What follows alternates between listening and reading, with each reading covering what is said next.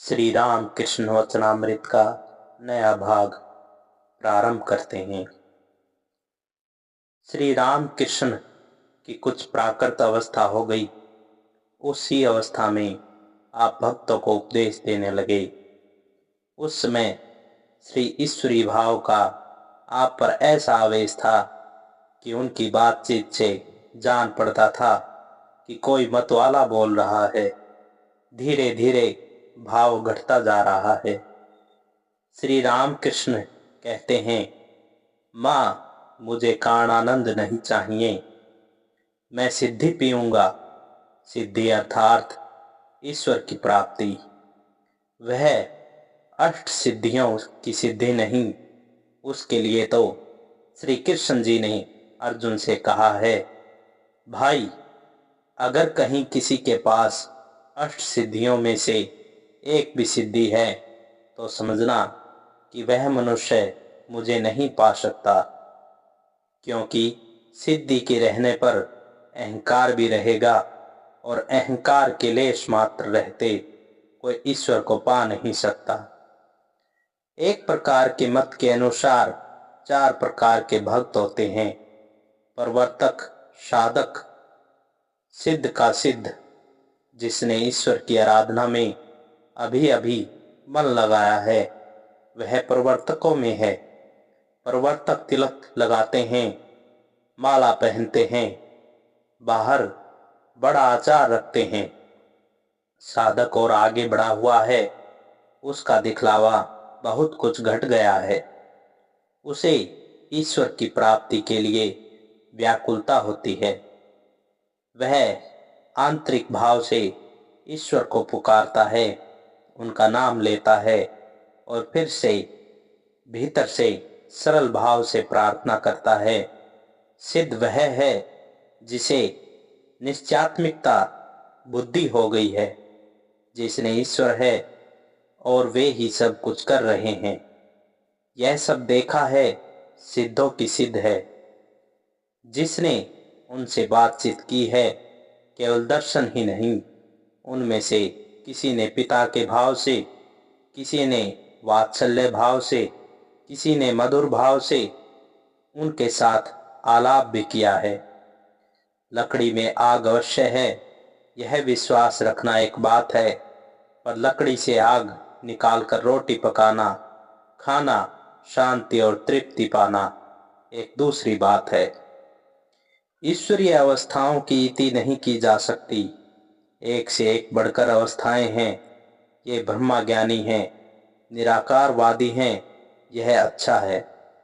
एक से दृढ़ रहो, या तो साकार में या निराकार में, तभी ईश्वर प्राप्त होता है, अन्यथा नहीं। दृढ़ होने पर साकारवादी भी ईश्वर को पाएंगे और निराकारवादी भी। मिश्री की डली सीधी तरह से खाओ या टेढ़ी करके, मीठी जरूर लगेगी, परंतु दृढ़ होना होगा, व्याकुल होकर उन्हें पुकारना होगा। विषय मनुष्यों के अनुसार ईश्वर बस उसी तरह है। जैसे घर में चाची और दीदी को लड़ते हुए देखकर उनसे भगवान कसम सुनकर खेलते समय बच्चे भी कहते हैं भगवान कसम, और जैसे कोई शौकीन बाबू पान चबाते हुए हाथ में घड़ी लेकर बगीचे में टहलते हुए एक फूल तोड़कर मित्र से कहते हैं, ईश्वर ने कैसा ब्यूटीफुल फूल बनाया है। विषय मनुष्यों का यह भाव क्षणिक है, जैसे तपे हुए लोहे पर पानी के छींटे। एक पर दृढ़ता होनी चाहिए। डूबो बिना डुबकी लगाए, समुद्र के भीतर के रत्न नहीं मिलते। पानी के ऊपर केवल उतराते रहने से रत्न नहीं मिलते। यह कहकर श्री राम कृष्ण जिस गाने से केशव आदि भक्तों का मन मोह लेते हैं, वही गाना उसी मधुर कठन कंठ से गाने लगे। सबके हृदय में एक अत्यंत पवित्र स्वर्गीय आनंद की धारा बहने लगी। गाने का भाव यह है, ऐ मेरे मन, रूप के समुद्र में तू डूब जा, तल तलातल और पाताल तक तू अगर उसकी खोज करता रहेगा तो वह प्रेम रतन तुझे अवश्य ही प्राप्त होगा। श्री राम कृष्ण डुबकी लगाओ, ईश्वर को प्यार करना सीखो और उनके प्रेम में मग्न हो जाओ। देखो तुम्हारी उपासना सुन रहा हूं, परंतु तुम भ्रम समाज वाले ईश्वर के ऐश्वर्य का इतना वर्णन क्यों करते हो। हे ईश्वर, तुमने आकाश की सृष्टि की है, बड़े बड़े समुद्र बनाए हैं, चंद्रलोक, सूर्यलोक, नक्षत्रलोक, यह सब तुम्हारी ही रचना है। इन सब बातों से हमें क्या काम। सब आदमी बाबू के बगीचे को देखकर आश्चर्य कर रहे हैं। कैसे सुंदर पेड़ उसमें लगे हैं, फूल, झील, बैठक खाना, उसके अंदर तस्वीरों की सजावट, ये सब ऐसे सुंदर हैं कि इन्हें देखकर लोग दंग रह जाते हैं। परंतु बगीचे के मालिक की खोज करने वाले कितने होते हैं। मालिक की खोज तो दो ही एक करते हैं। ईश्वर को व्याकुल होकर खोजने पर उनके दर्शन होते हैं, उनसे आलाप भी होता है, बातचीत भी होती है। जैसे मैं तुमसे बातचीत कर रहा हूं, सत्य कहता हूं, उनके दर्शन होते हैं। यह बात मैं कहता भी किससे हूं और विश्वास भी कौन करता है। क्या कभी शास्त्रों के भीतर कोई ईश्वर को पा सकता है। शास्त्र पढ़कर अधिक से अधिक अस्थि का बोध होता है, परंतु स्वयं जब तक नहीं डूबते हो तब तक ईश्वर के दर्शन नहीं हो सकते। डुबकी लगाने पर जब वे खुद समझ जा देते हैं तब संदेह दूर हो जाता है। चाहे 1000 पुस्तकें पढ़ो, 1000 श्लोकों की आवृत्ति करो, व्याकुल होकर उनमें डुबकी लगाए बिना उन्हें पकड़ न सकोगे। कोरे पांडित्य से आदमियों को ही मुग्ध कर सकोगे, उन्हें नहीं। शास्त्रों और पुस्तकों से क्या होगा, उनकी कृपा के हुए बिना कहीं कुछ न होगा जिससे उनकी कृपा हो। इसलिए व्याकुल होकर उद्योग करो। उनकी कृपा होने पर उनके दर्शन भी होंगे, तब वे तुम्हारे साथ बातचीत भी करेंगे। सब जज महाराज, उनकी कृपा क्या किसी पर अधिक और किसी पर कम भी। इस तरह तो ईश्वर पर वैषम्य दोष आ जाता है।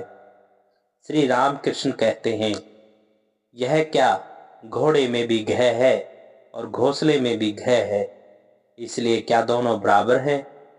तुम जैसा कह रहे हो, ईश्वर चंद्र विद्यासागर ने भी वैसा ही कहा था। महाराज, क्या उन्होंने किसी को अधिक शक्ति दी है और किसी को कम। मैंने कहा, विभू के रूप से तो वे सब के भीतर हैं। मेरे भीतर जिस तरह हैं, एक चींटी के भीतर भी उसी तरह हैं। परंतु शक्ति की विशेषता है, अगर सब आदमी बराबर होते तो ईश्वर चंद्र विद्यासागर यह नाम सुनकर हम लोग तुम्हें देखने क्यों आते। क्या तुम्हारे 2 सींग निकले हैं। सो बात नहीं, तुम दयालु हो, पंडित हो, ये सब गुण तुम में दूसरों से अधिक हैं, इसलिए तुम्हारा इतना नाम है। देखो ने, ऐसे आदमी भी हैं जो अकेले 100 आदमियों को हरा दें, और ऐसे भी हैं कि एक ही के भय से भाग खड़े हों। अगर शक्ति की विशेषता न होती तो लोग केशव को इतना मानते कैसे। गीता में है, जिसे बहुत से आदमी जानते और मानते हैं, चाहे विद्या के लिए हो या गाने बजाने के लिए, लेक्चर देने के लिए या अन्य गुणों के लिए, निश्चय पूर्वक समझो उसमें ईश्वर की विशेष शक्ति है। ब्रह्मा भक्त सब जज से ये जो कुछ कहते हैं आप मान लीजिए। श्री राम कृष्ण ब्रह्मा भगत से कहते हैं, तुम कैसे आदमी हो, बात पर विश्वास न करके सिर्फ मान लेना। कपट आचरण देखता हूं, तुम ढोंग करने वाले हो। ब्रह्मा भक्त लज्जित हो गए। सब जज, महाराज, क्या संसार का त्याग करना होगा? श्री राम कृष्ण, नहीं, तुम्हें त्याग क्यों करना होगा? संसार में रहकर ही हो सकता है, परंतु पहले कुछ दिन निर्जन में रहना पड़ता है। निर्जन में रहकर ईश्वर की साधना करनी पड़ती है। घर के पास एक अड्डा बनाना पड़ता है, जहां से बस रोटी खाने के समय घर आकर रोटी खा जा सको। केशव सेन, प्रताप चंद्र, इन सब लोगों ने कहा था, महाराज, हमारा मत राजा जनक के मत की तरह है। मैंने कहा, कहने ही से कोई जनक राजा नहीं हो पाता। पहले जनक राजा ने सिर नीचे और पैर ऊपर करके एकांत में कितनी तपस्या की थी। तुम लोग भी कुछ करो, तब राजा जनक हो गए। अमुक मनुष्य बहुत जल्दी अंग्रेजी लिख जाता है, तो क्या एक ही दिन में उसने अंग्रेजी लिखना सीखा था? वह गरीब का लड़का है, पहले किसी के यहाँ रहकर भोजन पकाता था और खुद भी खाता था।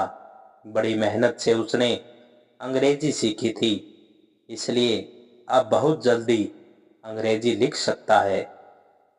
मैंने केशव सेन से और भी कहा था, निर्जन में बिना गए कठिन रोग अच्छा कैसे होगा? रोग है विकार, और जिस पर घर में विकारी रोगी हैं, उसी घर में अचार, इमली और पानी का घड़ा है, तो अब रोग कैसे अच्छा हो सकता है? अचार इमली का नाम लेते ही देखो मेरी जीभ में पानी भर आया। इनके सामने रहते हुए कभी रोग अच्छा हो सकता है? सब लोग जानते तो हो, पुरुष के लिए स्त्री अचार और इमली है, और भोग वासना पानी का घड़ा। विषय तृष्णा का अंत नहीं है, और ये विषय रोगी के घर में है। इससे क्या विकार रोग अच्छा हो सकता है? कुछ दिन के बाद वह जगह छोड़कर दूसरी जगह रहना चाहिए, जहां न अचार हो, न इमली हो, न पानी का घड़ा। निरोग होकर फिर उस घर में जाने से भय न रह जाएगा। उन्हें प्राप्त करके संसार में आकर रहने से फिर कामनी कांचन की दाल नहीं गलती।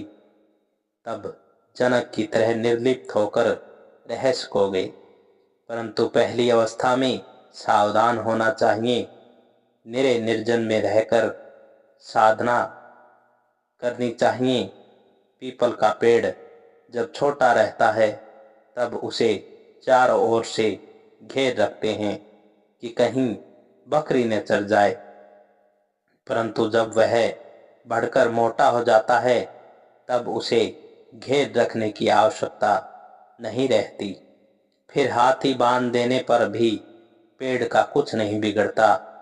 अगर निर्जन में साधना करके ईश्वर के पाद पदों में भक्ति करके बल बढ़ाकर घर जाकर संसार करो, तो कामनी कांचन फिर तुम्हारा कुछ न कर सकेंगे। निर्जन में दही जमाकर मक्खन निकाला जाता है। ज्ञान और भक्ति रूपी मक्खन अगर एक बार मन रूपी दूध से निकाल सको, तो संसार रूपी पानी में डाल देने से वह निर्लिप्त होकर पानी पर तैरता रहेगा। परंतु मन को कच्ची अवस्था में, दूध वाली अवस्था में ही अगर संसार रूपी पानी में छोड़ दोगे, तो दूध और पानी एक हो जाएंगे। तब फिर मन निर्लिप्त होकर उसे अलग न रह सकेगा।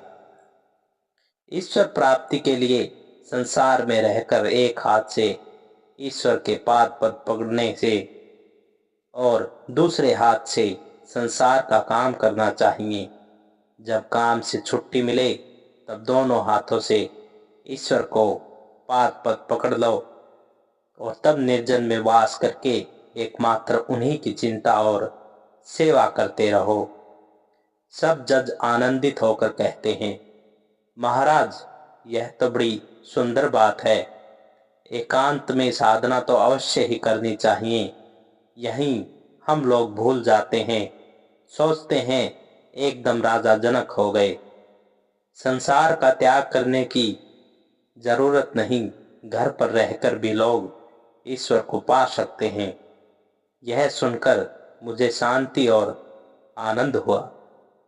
श्री राम कृष्ण कहते हैं, तुम्हें त्याग क्यों करना होगा? जब लड़ाई करनी है तो किले में रहकर ही लड़ाई करो। लड़ाई इंद्रियों से है, भूख प्यास इन सब के साथ लड़ाई करनी होगी। यह लड़ाई संसार में रहकर ही करना अच्छा है। 30 प्रकाली काल में प्राण अनगत है। बाहर कभी खाना न मिले तो उस समय ईश्वर सब भूल जाएंगे।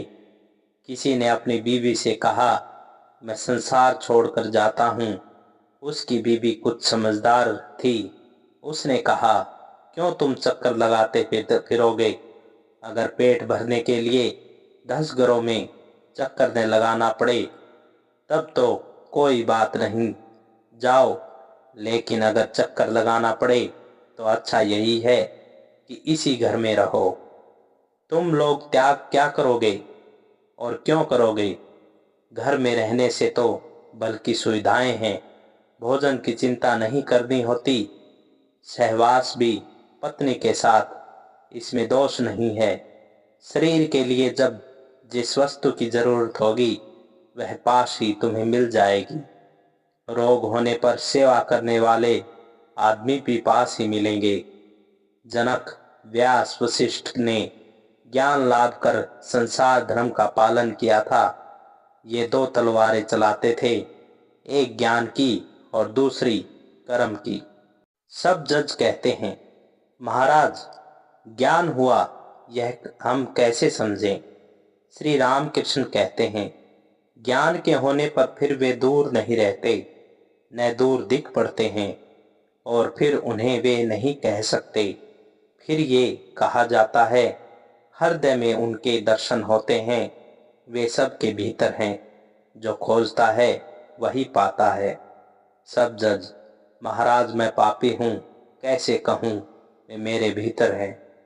श्री रामकृष्ण, जान पड़ता है तुम लोगों में यही पाप लगा रहता है। यह क्रिस्तानी मत है। नहीं, मुझे किसी ने एक पुस्तक बाइबल दी, उसका मैंने कुछ भाग सुना। उसमें बस वही एक बात थी, पाप पाप। मैंने जब उनका नाम लिया राम या, तो मुझे फिर का पाप कैसे लग सकता है? ऐसा विश्वास चाहिए। नाम महात्म्य और विश्वास होना चाहिए। सब जज, महाराज यह विश्वास कैसे हो? श्री राम कृष्ण, उन पर अनुराग लाओ। तुम्ही लोगों के गाने में है, हे प्रभु बिना अनुराग के क्या तुम्हें कोई जान सकता है? चाहे कितने ही याग और यज्ञ क्यों न करें, जिससे इस प्रकार का अनुराग हो, इस तरह ईश्वर पर प्यार हो, उसके लिए उनके पास निर्जन में व्याकुल होकर प्रार्थना करो और रो। स्त्री के बीमार होने पर, व्यापार में घाटा होने पर या नौकरी के लिए लोग आंसुओं की धारा बहा देते हैं, परंतु बताओ तो ईश्वर के लिए कौन रोता है?